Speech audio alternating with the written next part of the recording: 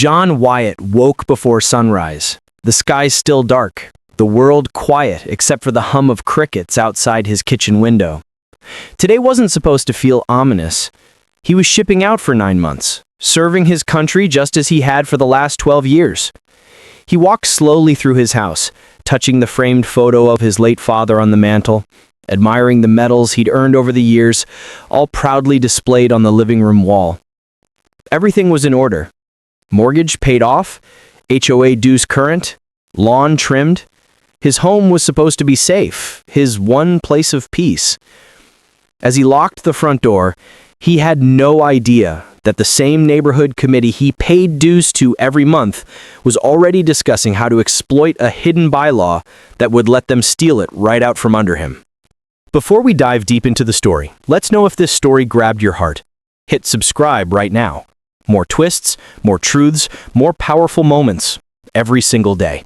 Like the video, share it, and turn on the bell so you never miss a story that hits deep. Also tell us from where are you watching. Now, get back to story. John left for deployment believing he was protecting the homeland, never imagining he'd return needing to defend his own home from the people living in it. 3 months into deployment, during a rare break, John opened an email from a lifelong neighbor, titled, "You Need to See This." Attached was a snapshot of the HOA clubhouse notice board. Under Property Review, one name jumped out in bold red marker. John Wyatt, action required. His stomach dropped. He immediately tried calling the HOA office, 5 times in a row. No answer. He emailed, left messages, even asked his sister to check his mailbox, but she wasn't allowed past the gate without his presence. The more he tried, the more the silence grew suspicious. Soldiers around him laughed and teased that HOAs were always dramatic, but John's instincts, honed from years of reading the subtle signs of danger, told him something was very, very off. What he didn't know was that while he was searching for answers overseas, the HOA was meeting without him, preparing the paperwork to erase him from his own property. Late at night, in a polished clubhouse meeting room smelling of cheap coffee and old carpet, the HOA board held a special session. The vote was quick, cold, and completely calculated. They declared John's home abandoned due to his extended deployment. They knowingly sent the foreclosure notices only to his mailbox, an address he knew he physically couldn't check. They never called, never emailed, never used certified mail. Everything they did was technically legal under the tiny loophole buried in the HOA bylaws, and they knew exactly what they were doing. As the final vote passed, the HOA president smirked, signing documents that would change John's life while he slept halfway across the world. John had served his country long enough to recognize the enemy. He just never thought the next one would be wearing a name badge and sitting behind a folding table at an HOA meeting. On a cold Tuesday morning, before most residents even had coffee brewing, a hastily organized foreclosure auction took place at the back of a courthouse. John's fully paid $450,000 home sold in minutes for $12,200. A local investor, thinking he was catching a great distressed deal, bought it with barely a second thought. By the afternoon, movers were already tossing John's possessions into boxes. His medals, his family photos, his deployment journal, his father's uniform. None of it mattered. As far as the HOA and legal paperwork were concerned, John Wyatt no longer existed at that address. When John stepped out of the airport 11 months later, he was exhausted, dusty, and relieved. He drove straight home in his still dented pickup truck, expecting the familiar comfort of his house. But instead, he saw a car, an unfamiliar SUV parked in his driveway. Confusion turned to panic as he walked up to his own front door and the key refused to turn. A little girl pulled the living room curtain aside, staring at him like he was the intruder. Moments later, the new homeowner stepped out and calmly said, "We bought this house. I think you're at the wrong address." Then, from across the street, the HOA president, arms crossed, smug grin, voice dripping with arrogance, called out, "You should have responded to the notices, Mr. Wyatt. We followed procedure." John didn't shout. He didn't argue. Instead, he stared straight at her, and something inside him locked into place. Because she had no idea that under the Service Members Civil Relief Act, everything they had done was illegal and federal. John Wyatt wasn't just a returning soldier. He was about to become their worst legal nightmare. John drove straight from his former home to the only place he trusted, his truck. Sitting behind the steering wheel, fists shaking, he made one phone call to a military legal assistance office. The attorney on the other end listened quietly as John laid out the situation. When John said, "They sold my house while I was deployed," the lawyer's voice sharpened instantly. Under the Service Members Civil Relief Act, that's a federal violation. They can't foreclose, auction, or evict you without a judge's signed authorization, and they definitely can't hide notices from you. John sat in stunned silence. All the frustration and humiliation he felt at his own front door suddenly crystallized into focused, cold purpose. The HOA thought they had trapped him. John had just learned that federal law had already trapped them. The investor and his family, who now lived in the house, were at first confident. They had paperwork, signatures, and a receipt. But when a federal military attorney called them directly and explained the situation, their confidence cracked.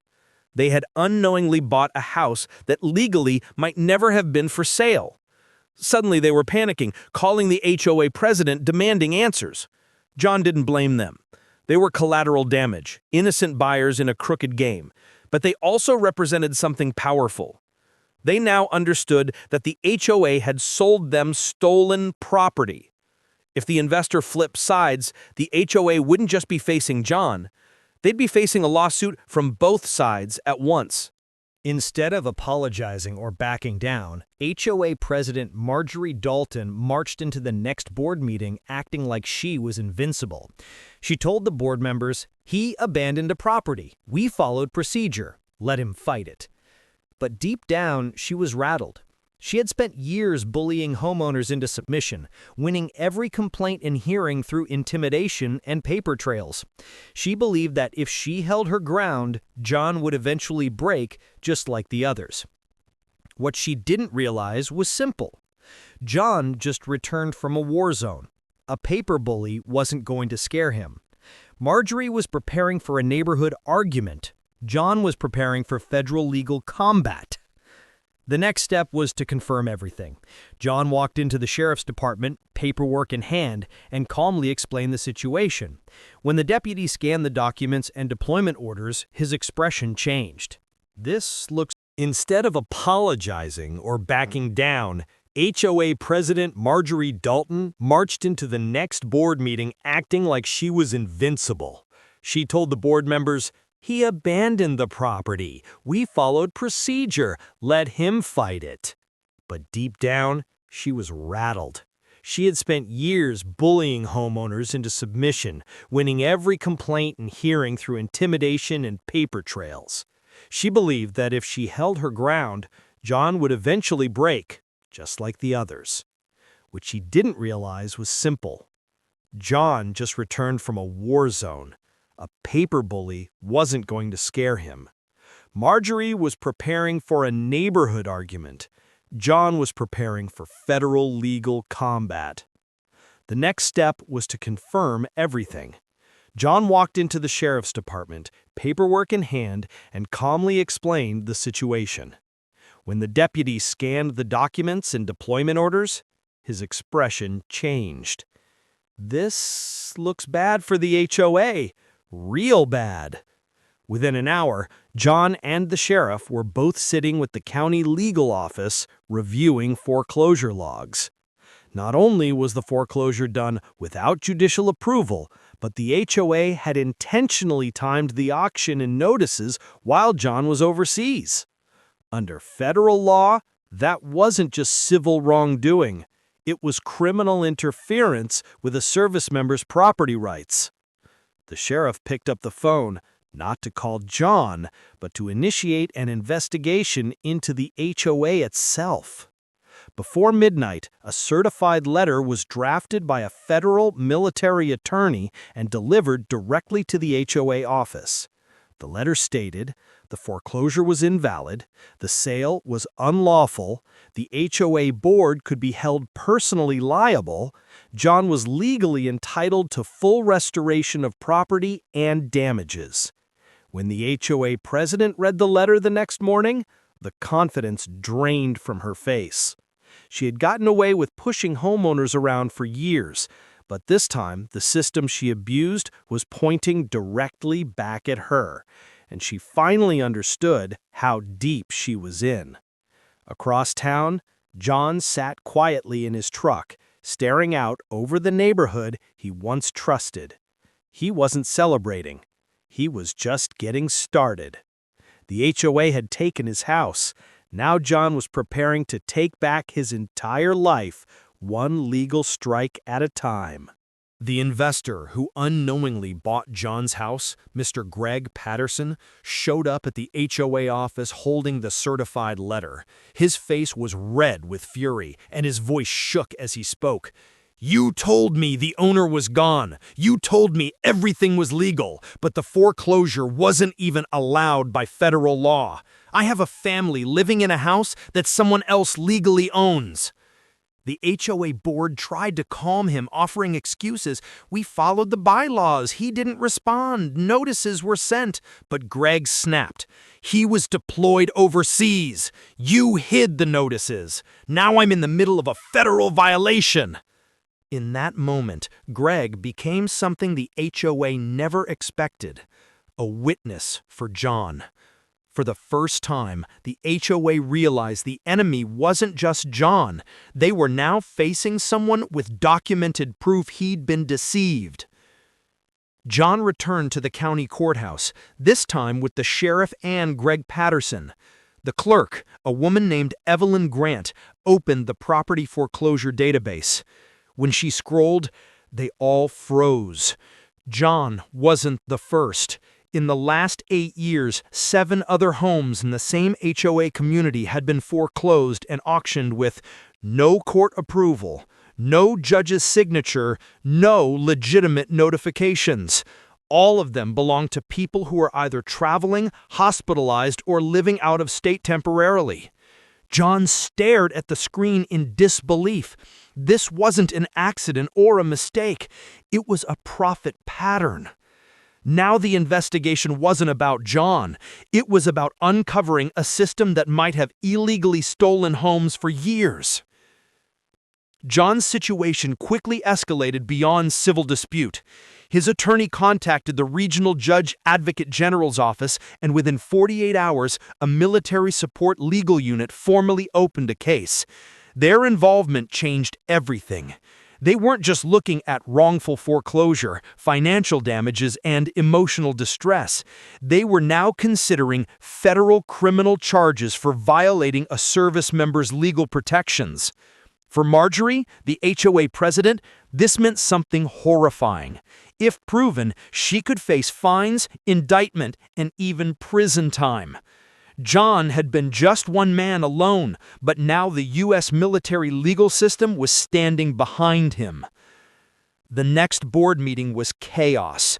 Board members who previously supported Marjorie were now terrified. Some whispered they didn't know the foreclosure lacked judicial approval.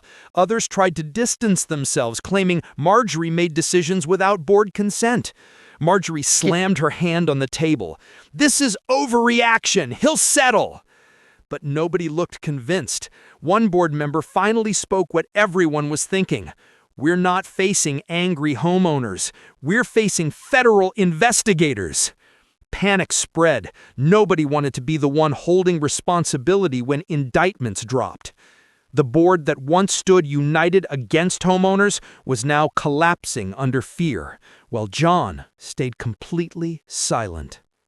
John arrived at the HOA office the next morning. No yelling, no threats, just calm, military precision. Marjorie stepped out to meet him with forced confidence. "Mr. Wyatt, we're willing to discuss correcting the situation." John just handed her a folder. Inside were deployment orders, copies of the illicit auction paperwork, federal laws protecting service members, a written demand for full restoration and damages.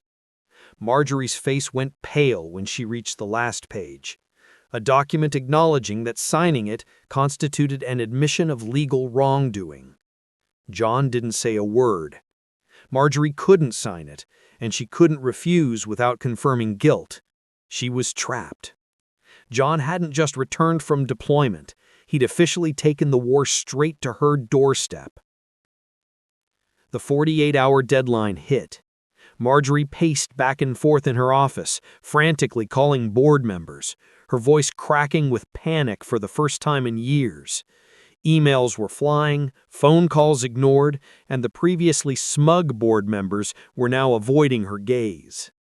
Every minute that passed brought the terrifying possibility that John's legal team could file federal charges. The system they had manipulated for years was now weaponized against them.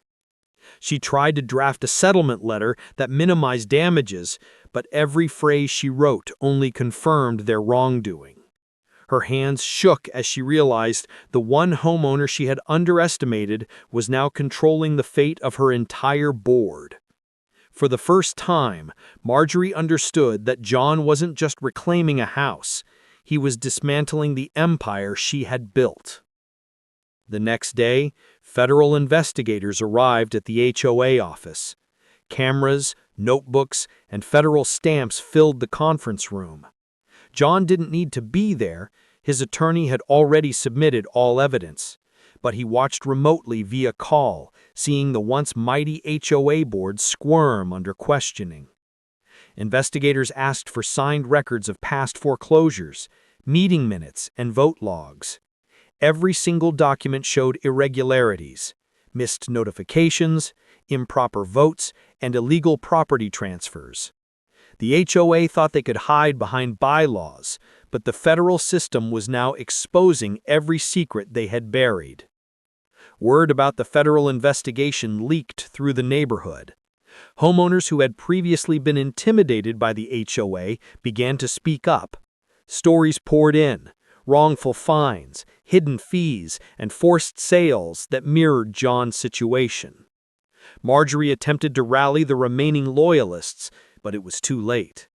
Neighbors who once feared her influence now secretly recorded meetings and collected documents in preparation for lawsuits. John's battle was no longer just about his house, it was about exposing corruption across the entire community. Marjorie realized that the neighborhood had turned against her, and John's influence was growing exponentially without him lifting a finger. The county sheriff arrived at the HOA office, formally notifying Marjorie that criminal complaints were being filed for violations against a deployed service member. The sheriff, calm but firm, placed the official documents on her desk. Marjorie's confident demeanor cracked. For years she had controlled meetings, threatened homeowners, and manipulated bylaws. But this was different. She now faced criminal liability, federal scrutiny, and a network of neighbors willing to testify against her.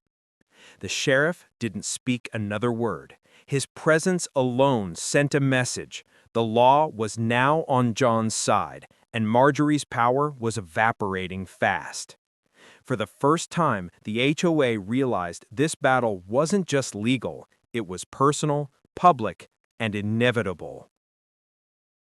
John finally returned to the neighborhood, not to reclaim his house yet, but to survey the battlefield. From the corner of his eye, he saw cameras in the sheriff's office, neighbors whispering in clusters, and Marjorie pacing nervously inside the HOA clubhouse. His mind moved like a general plotting a strategy. Every document, every testimony, every procedural error would be used in the final federal filing. The HOA believed they were facing an angry homeowner. They had no idea they were facing a calculated, tactical legal strike orchestrated by a disciplined soldier. He smiled faintly, knowing the final showdown would leave them utterly exposed. The stage was set for John's ultimate victory. Marjorie and her board had no idea of the storm that was about to hit them. John's attorney filed the federal complaint with every piece of evidence. HOA meeting minutes, vote logs, foreclosure documents, photos of ignored notices, and statements from neighbors and the investor. The courtroom was set. Marjorie Dalton and the board received the summons with pale faces. For years they had bullied homeowners with impunity, but now every illegal move was on public record. The entire HOA community could see their misdeeds. John didn't appear angry. Calm, precise, and composed, he let the law speak for him. Every clause, every law, every procedural violation worked like clockwork in his favor. The HOA thought they could intimidate one man. They didn't realize they were about to be exposed in front of everyone they had ever controlled. The courtroom was packed. Neighbors, the investor, the sheriff, and media cameras filled every seat. Marjorie tried to maintain her composure as each document and witness dismantled her version of reality. Her own board members were forced to testify, revealing how they knowingly ignored legal requirements and voted illegally. Neighbors shared stories of hidden fees and wrongful fines. Every lie she had told to maintain power collapsed under the weight of evidence. The HOA president realized too late that control had shifted from her hands to the truth. By the time John's attorney finished, Marjorie's reign of intimidation had crumbled completely. The judge ruled in John's favor. Full restoration of his home, financial compensation for damages and legal fees, HOA fines levied personally against the board members, reforms to prevent abuse against homeowners, especially deployed service members. John stepped back into his home for the first time, keys fitting perfectly in the lock. The furniture was restored, his family photos returned, and the air felt lighter than it had in over a year. He didn't gloat. He let the victory speak for itself, knowing the HOA could no longer manipulate or intimidate anyone. The house wasn't just his again. It was a symbol that the law protects those who serve. Neighbors came forward one by one, inspired by John's fight. HOA meetings became transparent, board members were held accountable, and new bylaws were created to prevent future abuses. Marjorie and her loyalists were removed from positions of power, replaced by members committed to fairness and accountability. The entire neighborhood watched as a system that had operated in secrecy was transformed into something just. John's calm, disciplined approach had not only restored his home, but reshaped the entire community. One soldier's determination didn't just reclaim a house, it reclaimed an entire neighborhood's integrity. Sitting on his porch that evening, John looked out over the neighborhood he had fought to protect. The sun dipped below the horizon, casting golden light across the lawns. He thought of his deployment, the long months overseas, and the moment he first turned the key and stepped into his restored home. The battle had been long and exhausting, but every step had been worth it. The HOA had underestimated him, thinking a single man could be crushed. They didn't know that discipline, strategy, and justice could turn the tables in ways no intimidation could stop. John smiled faintly, knowing he had not just reclaimed his home, but made a statement. Power built on fear and deceit would always crumble in the face of truth. Sometimes the strongest battles aren't fought overseas. They're fought at home, with courage, patience, and the law as your weapon.